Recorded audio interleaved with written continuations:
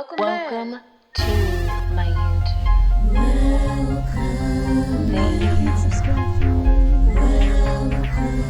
Please subscribe, like, share.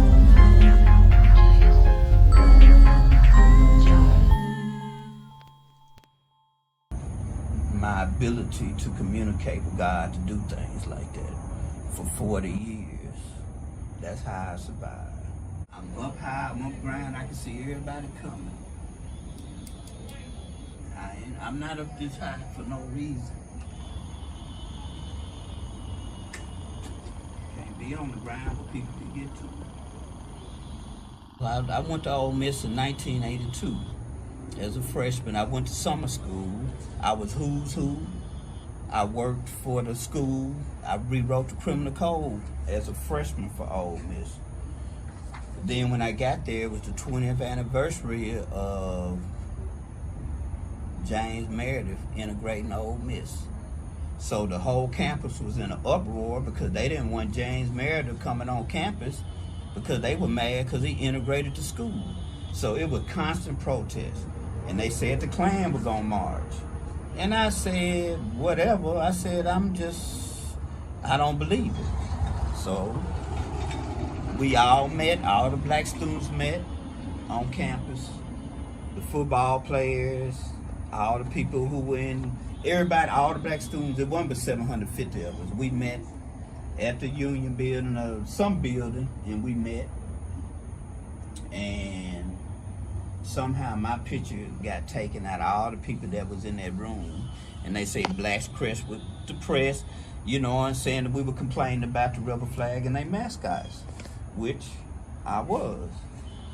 And as a result of that, the Klan marched through campus. And this is what they put in the yearbook after they marched through campus. Can you tell us what year this was? That was 1983. So in 1983, you guys, we can see here in That should be Mississippi the spring of 1983. that there were actual Klansmen walking around like this. On campus, in front of the law school, and on campus. They were walking, man, please.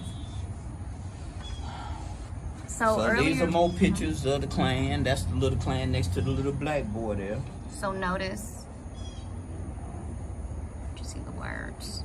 So here's a Klansman, literally, next to A little black child on campus. black child. And you guys, again, this was literally about 40 years ago. Here's some more group of the Klan marching on campus. And again, these are actual photos from The yearbook the yearbook. of 1983 at the University of Mississippi. So can you speak about what happened with the flag? So when all this came about, I said I was upset that the Klan marched through. They were raving. They took the flag into the games. At that time, the flag was on the buildings. It was on the vehicles at Ole Miss. It was on everything. It was part of the campus. After this incident with the Klan, I did 13 demands, which are these 13 demands that they publish in the newspaper. I don't remember if the mascot and the flag was part of that, but the whole issue was that flag and the Colonel Rebel were playing Dixie at the games was part of the Old South, and we were tired of it. And they needed to do something else different. And the response was they put the Klan all through the yearbook. And Attorney Powell, you're the person who actually wrote these demands in the newspaper, right? I wrote every one of them. Can you state some of the demands, or can you talk about some of them, just off memory? The only one I remember is I requested an Afro-American Studies department to be developed there with a PhD candidate, and they ended up hiring DeAndre Ori, who had a PhD, and he was the first black person to teach at Ole Miss in the Afro-American Studies department. And he happened to be somebody I grew up with, and he's my fraternity brother, but they did hire him. So that demand I know was met. The rest of them I can't remember because it's 40 years ago. So what happened after you made this list of demands? I told them I was going to burn the yearbook because they put the Klan in it like that. So then when I went to burn the yearbook, I was met by 4,500 people to stop me from burning the yearbook. in front of the Lycematodes. And they proceeded to chase me, and they chased every black person off campus that night. And they burnt down the Sigma fraternity house like 2 nights later. Because when I fled campus, I went to the Sigma house. They were outside throwing bricks and bottles at the house trying to get me to come out, but I didn't, because like I say, it was like 4,500 of them, but 2 days later they burnt that house down. Or at some point they burnt it down. I don't remember if it was 2 days later or a few months later, but that house that I was in burnt down. The university rebuilt it on campus after it was burnt down. So how did you stay protected knowing that everybody was chasing you? Can you tell us a story about you speaking to God?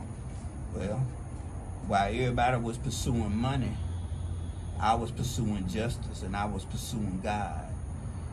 When all these people came after me about this rubber flag, I was in OCS. I was #1 in the military academy. I was an officer candidate student. I was who's who in law school.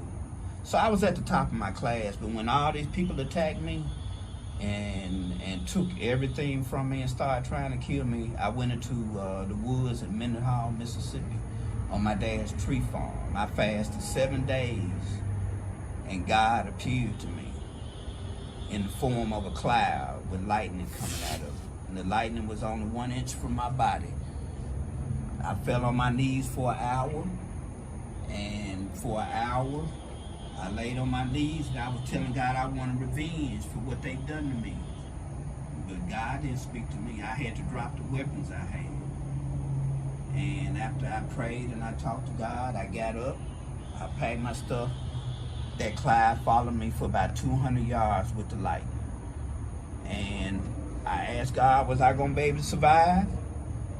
He never gave me, or that energy never gave me an answer, but I knew from my experience, from being in such a severe storm and lightning 1 inch from my body, that I was going to survive. Because the storm was severe. The National Guard sent people in there to look for me because they thought I was dead. I came out, and they was like, there's no way humanly possible a man could have survived that storm. And like I tell everybody, that's to this day, that was God appearing to me. That's how I survived. And that's how I survived all these years, 40 years. That movie, 12 Years a Slave, he's short. It's 40 years for me. Have you noticed a difference in how black people were treated 40 years ago versus today? I noticed that in the last few months that black people treat each other with a lot more respect than I ever have seen in my life. And I don't know if white people treat black people better, but since all this stuff has come on about the protesting with George Floyd, I've seen black men and black people respect each other more than I ever have. Okay. And I'm impressed with that you know how black people respect each other a lot more than they ever have. So I have 2 questions. My first question is, what would you tell yourself 40 years ago that could have prepared you for now? I couldn't tell myself. God told me to just let Yahweh handle it. Elohim, the many names of God. I just knew at that point that God was going to handle it. And the only thing that I had to do was have faith. What would you tell our generation currently, the youth? That they should trust in God, that God is going to deliver them. Welcome to my YouTube. Welcome. Thank you. Subscribe.